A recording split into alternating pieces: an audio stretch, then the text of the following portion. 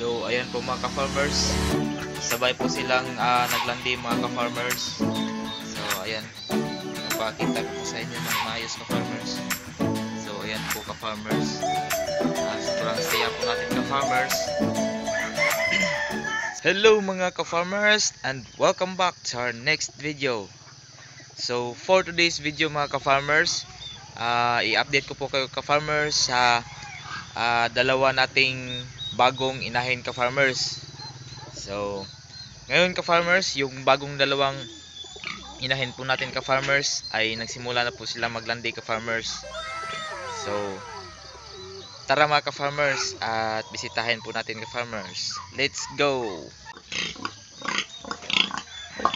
Yan. So mga ka-farmers, ito na po mga ka-farmers yung dalawa po nating bagong inahin ka-farmers. Ayan po. So ang dalawang ito po mga ka-farmers ay magkapatid po ito sila ka-farmers. So kung nakasubaybay po kayo sa aking mga vlog ka-farmers, ay itong dalawa pong ito ka-farmers ay isa doon sa 8 pirasong biik po na inalagaan po natin ka-farmers. So yung mga kapatid nito ka-farmers, ay kinatay po natin at saka ibininta ka-farmers ng kinilo po ka-farmers. So yung ginawa natin ka-farmers, nagtira po tayo ng dalawa, tapos atin pong gagawin pong inahin po ito ka-farmers. So all in all po ka-farmers, yung inahin po natin ka-farmers ay 3 na po ka-farmers. So andito po yung isa ka-farmers. So ito po yung isa ka-farmers. So bali 3 na yung so bali mga ka-farmers, 3 na po yung ating alagang inahin ka-farmers. So yung mga alaga natin pabo ka-farmers nanghihingi na ng kanilang pangalmusal. So ayan po ka-farmers, papakita ko po sa inyo ka-farmers yung kanilang ari po na namagana po ka-farmers. So ayan po mga ka-farmers, sabay po silang naglandi mga ka-farmers. So ayan, papakita ko po sa inyo ng maayos ka-farmers. So ayan po ka-farmers, sobrang saya po natin ka-farmers. Sabay po sila naglandi ka-farmers. Ayan, namamaga na po yung kanilang ari ka-farmers. So ayan po sila mga ka-farmers. Kita po natin ka-farmers na namumula na po yung kanilang ari ka-farmers at saka namamaga po ka-farmers. Ayan. So sobrang saya po natin ka-farmers dahil sabay po naglandi yung ating mga bagong inahin po ka-farmers, itong dalawa po. So sobrang saya po natin ka-farmers. So sa ngayon ka-farmers ay first time po nila na maglandi ka-farmers. So yung edad po ng ating dalawang bagong inahin ka-farmers ay 5 months pa po ito sila ka-farmers. So sobrang saya po natin ka-farmers dahil maaga po silang naglandi. So gagawin natin ka-farmers ay papalipasin po muna natin ito bago sa susunod po nilang paglandi ka-farmers, tsaka na po natin papatakalan po ka-farmers. Pero yung plano po natin dito ka-farmers, yung ating plano po dito ka-farmers ay hindi po natin ipapatakal po sa barako. Gagawin lang po natin ka-farmers ay atin po itong AI.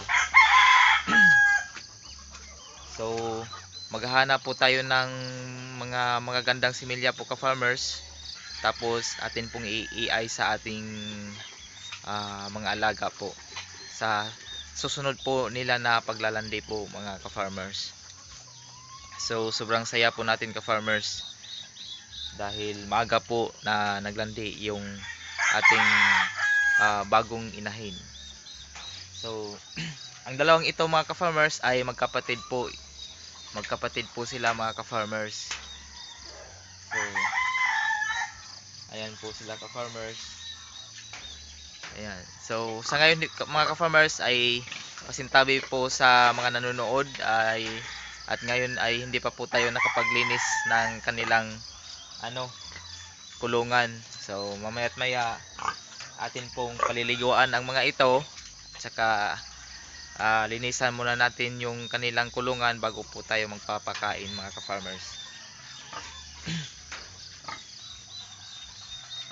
So wala po tayong mapaglagyan sa ating tuwa mga ka-farmers kasi naglandi na po yung ating mga bagong inahin, at sa mga nag-iinahin, ito yung talagang ating mga hinihintay na panahon na maglandi po yung ating inahin para makastahan ng barako. So kaya masaya po tayo mga ngayon ka-farmers. So ayan po. So dalawa lang po yung ating itinira ka-farmers kasi sa ngayon yan lang po muna yung kaya nating i-budget ka-farmers. So kung pala rin po tayo ka-farmers at uunlad po yung ating babuyan, atin po itong dadagdagan ka-farmers dahil mayroon na po tayong pwesto doon po sa bukid. So next po natin gagawin ka-farmers, since nag-ano na po sila ka-farmers, nagsimula ng maglandi ka-farmers, ay gagawan po natin ito ng farrowing pen mga ka-farmers, para nang sa ganon ay hindi po sila masyadong lumikot, para mayroon talaga silang kanilang farrowing pen mismo ka-farmers. Ayan, para din ma-organize po natin ka-farmers itong ating munting mga kulungan nila ka-farmers. So ayan po, ito po yung itsura ng ating babuyan sa ngayon ka-farmers, kasi nagtitipid po tayo ka-farmers para hindi po tayo masyadong malakihan po sa gastos. So ito na muna po yung ating babuyan ka-farmers. Ito po ay mga tira-tira po ng gabas po natin sa mga niyog po mga ka-farmers. Ayan po, niyog at saka mga kawayan. So pala rin po tayo ka-farmers ay papagandahin po natin yung ating kulungan ng ating mga baboy. Saka ito po yung isa po natin, ito yung una nating inahin ka-farmers. Yan po. So hello, good morning. So yan mga ka-farmers, so sobrang saya po talaga natin ka-farmers, no, dahil naglandi na po yung ating mga bagong inahin, at saka sabay pa po talaga sila ka-farmers. So yung challenge natin dito ka-farmers ay marami, at saka pero kakayanin natin ka-farmers. Alam natin naman na hindi madali yung pag-aalaga ng baboy, pero kakayanin po natin ka-farmers para hindi na po tayo makabili ng mga biik, kasi sobrang mahal po talaga ng mga biik ngayon ka-farmers. Ayan po. So sana nga po mga ka-farmers ay pala rin po tayo mga ka-farmers. So ayan po sila ka-farmers. Ayan po. So mamaya't maya ka-farmers, ng mga alas 7 ay magpapakain po tayo sa kanila ka-farmers. Pero lilinisan muna natin yung kanilang kulungan kasi yan, pasintabi po sa mga nanonood. Ayan, hindi pa po tayo nakapaglinis. Ayan. So mga ka-farmers, maraming salamat po mga ka-farmers sa lagi nyo pong panonood po sa mga video na aking ina-upload mga ka-farmers, and sa walang sawang suporta nyo po na ibinibigay po sa akin mga ka-farmers.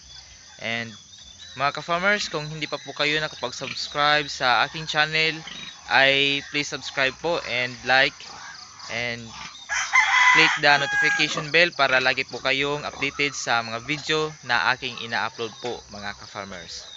So mga ka-farmers, that's all for today's video, and see you in our next vlog. Daghang salamat. Bye-bye.